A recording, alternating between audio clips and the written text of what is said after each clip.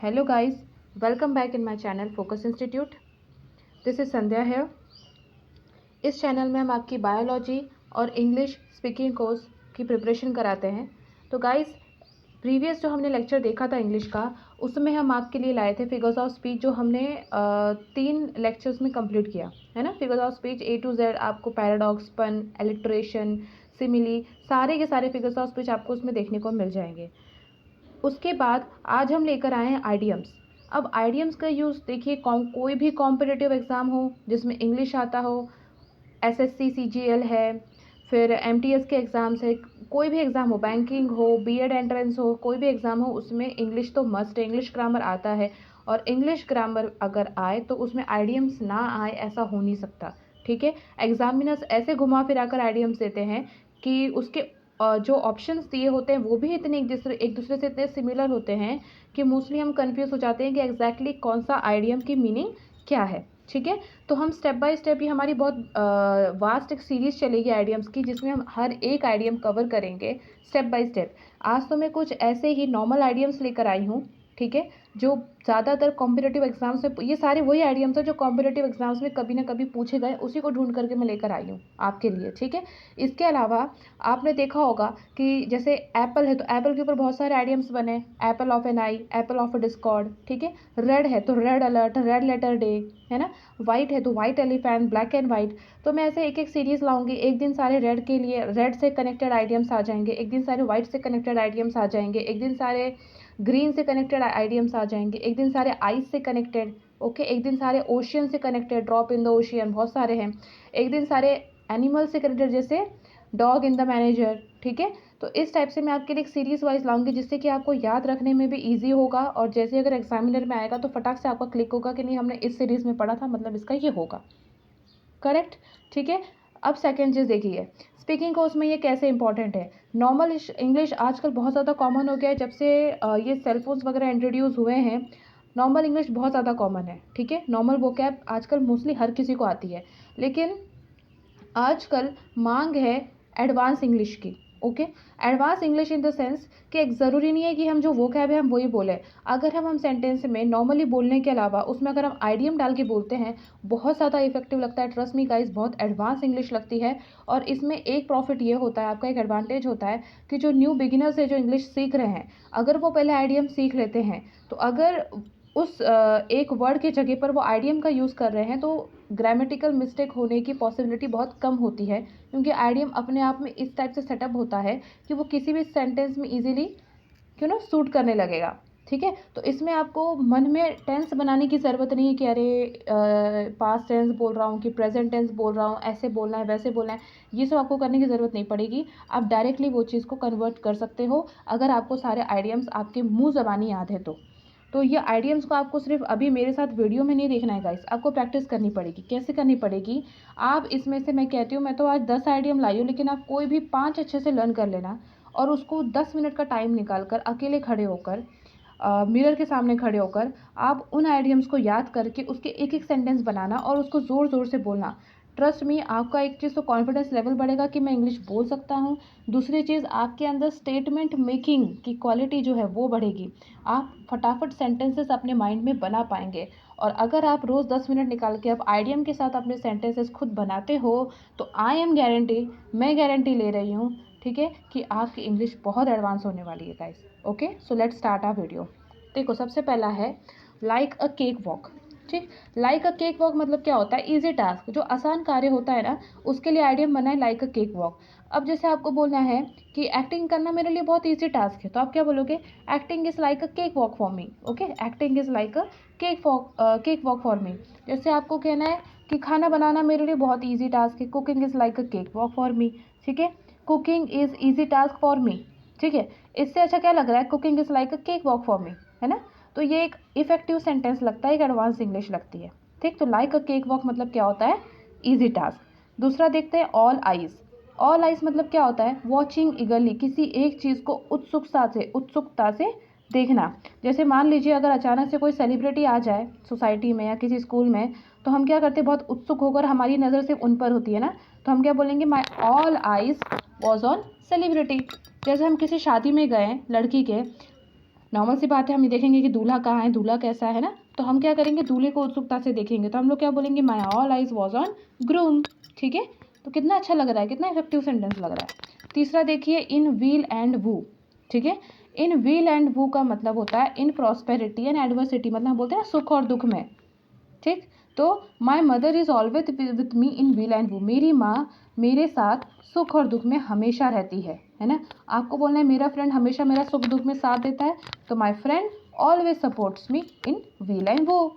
ठीक है, my friends always supports me in weal and वो, मतलब मेरा फ्रेंड मेरे सुख दुख में हमेशा साथ रहता है। आपको बोलना है मेरा भाई हमेशा मेरे सुख दुख में साथ देता है, my brother is always with me in weal and वो। ओके, इस टाइप से। फिर देखिए ग्रीन हॉर्न। ग्रीन हॉर्न मतलब क्या होता है, इनएक्सपीरियंस पर्सन। इनएक्सपीरियंस्ड पर्सन का मतलब होता है नौसिखिया। नौसिखिया मतलब जिसको कोई आइडिया नहीं है, कोई एक्सपीरियंस नहीं है, वो नया है। ठीक है, नौ सीखने वाला है, नया है वो। तो जो बड़ी बड़ी कंपनीज़ होती है, जिसको मल्टीनेशनल कंपनीज़ बोलते हैं, प्राइवेट लिमिटेड कंपनीज़ होती हैं, तो वो सिर्फ वैसे एम्प्लॉयज़ को अपने पास रखती है जो बहुत ज़्यादा क्या होता है, एक्सपीरियंस होते हैं, जिनके पास एक्सपीरियंस लेटर होता है। तो हम क्या बोल सकते हैं, green horns are not allowed in MNCs. ठीक है, ग्रीन हॉर्स मतलब इनएक्सपीरियंस पर्सन एमएनसी में अलाउ नहीं है। ठीक, तो हम लिखते हैं inexperience person are not allowed in MNC. उससे अच्छा ये कितना अच्छा लग रहा है ना, green horns are not allowed in MNCs, है ना। Green horns, I don't want green horns in my office, मुझे अपने ऑफिस में इनएक्सपीरियंस पर्सन नहीं चाहिए। अब कोई अगर स्मॉल इंडस्ट्री है, कोई छोटा ऑफिस है मान लीजिए, और वो इन्हीं लोगों को मोटिवेट कर रहे हैं जो इनएक्सपीरियंस है, ताकि वो उनके पास एक्सपीरियंस लेटर लेके जाए, तो हम क्या बोलेंगे, हम क्या बोर्ड लगा देंगे बाहर, green horns are welcome here. ठीक है, मतलब इनएक्सपीरियंस पर्सन यहाँ पर आ सकते हैं, वेलकम है उनका। ठीक है, तो ये एक तरीके की इफेक्टिव इंग्लिश है। ठीक, एडवांस इंग्लिश इसको कहते हैं। अब नेक्स्ट देखो, कोल्ड ब्लड। कोल्ड ब्लड मतलब क्या होता है, डिलिबरेटली। डिलिबरेटली मतलब इंटेंशनली, जानबूझकर। जानबूझकर जब कोई चीज़ की जाती है तो उसको बोलते हैं कोल्ड ब्लड। जैसे his murder was cold blooded, उसका मर्डर जानबूझ के किया गया था। ठीक है, या he done this mistake cold blooded, उसने ये गलती जानबूझकर की थी, है ना। तो कोई भी चीज़ जब जानबूझ के की जाती है तो उसके लिए क्या आइडियम यूज़ करते हैं, कोल्ड ब्लड। ओके, फिर ये देखिए, a skeleton in the cupboard. अगर इसको हम पढ़े, इसका मीनिंग निकाले, स्केलेटन इन द कबर्ड मतलब अलमारी के अंदर पिंजड़े का छुपा होना, है ना। पर इसका मतलब क्या होता है, an embarrassing fact to kept secret, मतलब ऐसी कोई सच्चाई, शर्मिंदगी वाली सच्चाई जिसको सीक्रेट रखा गया, कि अगर वो बाहर निकल जाएगी तो सबके सामने इंसल्ट हो जाएगी, ऐसी सच्चाई को सीक्रेट रखना, उसको बोलते हैं स्केलेटन इन द कबर्ड। जैसे मान लीजिए आप किसी शादी में गए, किसी ने शादी करवाई ये कहकर कि लड़का बहुत पढ़ा लिखा है, और एक्चुअल में लड़का पढ़ा लिखा बिल्कुल भी नहीं है, तो हम क्या बोलेंगे, the groom is illiterate. Groom is illiterate is a skeleton in the cupboard. दूल्हा अनपढ़ है, ये बात स्केलेटन इन द कबर्ड है, मतलब ये एक ऐसी बात है कि अगर बाहर निकल गई तो बहुत ज़्यादा शर्मिंदगी होगी। अब क्या है, रहस्य है।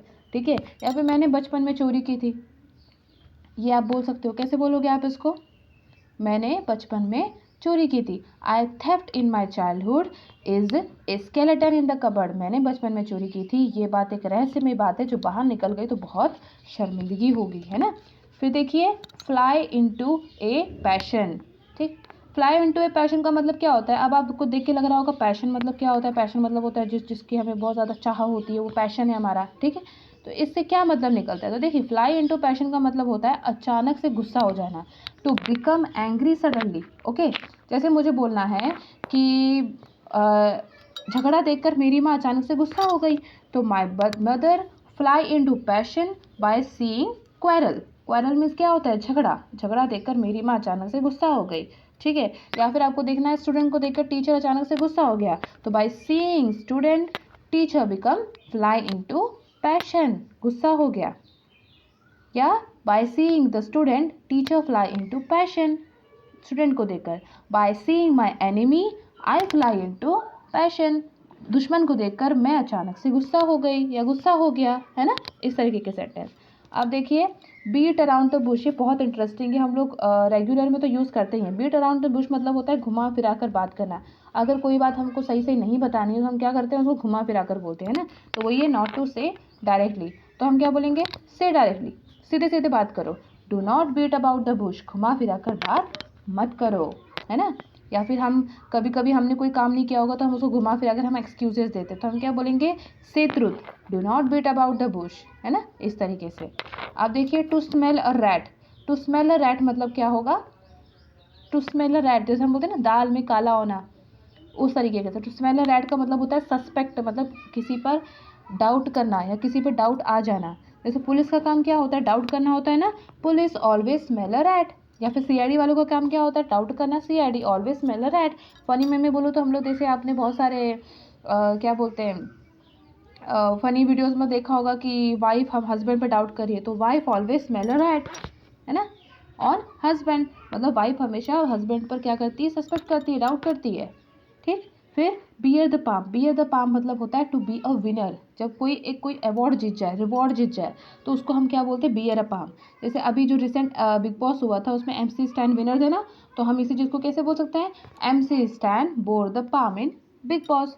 अब जैसे मान लीजिए IPL हो रहा है, अगर मुंबई इंडियंस जीत गई, for example I am telling you, तो क्या बोलेंगे, Mumbai Indians bore the palm in big boss, sorry Mumbai Indian bore the palm in IPL, okay, इस टाइप से। तो ये है आपके कुछ आइडियम्स गाइस, आई होप आपको समझ में आया होगा, फनी वे में अच्छा लगा होगा। अब मैं आपसे अगर आपको ये चीज़ समझ में आई है तो आपको क्या करना है, इसमें से किसी भी 2 आइडियम के लिए अपने मन से सेंटेंस बना के मुझे कमेंट बॉक्स में लिख कर देना है, ठीक है। ये तो थे नॉर्मल, अब हम जो सीरीज़ लाएंगे उसमें हम सीरीज़ वाइज लाएंगे, एक दिन ग्रीन कलर के सारे आइडियम्स, एक दिन ब्लैक कलर से जुड़े हुए सारे आइडियम्स, जो पढ़ने में बहुत मज़ा आएगी, ट्रस्ट मी गाइस। आपको बस आज इतना काम करना है कि 5 मिनट 10 मिनट निकाल के कोई भी 5 आइडियम्स को मुंह ज़बानी याद करके उसके सेंटेंस अकेले, जब कोई ना हो, ज़ोर ज़ोर से इंग्लिश में बोलना है, अपने मन से बनाने हैं। एंड ट्रस्ट मी, आपकी स्टेटमेंट प्रिपरेशन की जो प्रैक्टिस है वो बहुत अच्छी होगी, बिकॉज बिना प्रैक्टिस के कुछ नहीं होता, practice makes a man perfect, okay. So thank you for watching my video and stay tune with me, मेरे साथ बने रहिए, क्योंकि मैं ऐसी बहुत ज़्यादा इंटरेस्टिंग वीडियोस इंग्लिश में लाऊंगी जिससे कि आपकी इंग्लिश बहुत ही अच्छी होने वाली है।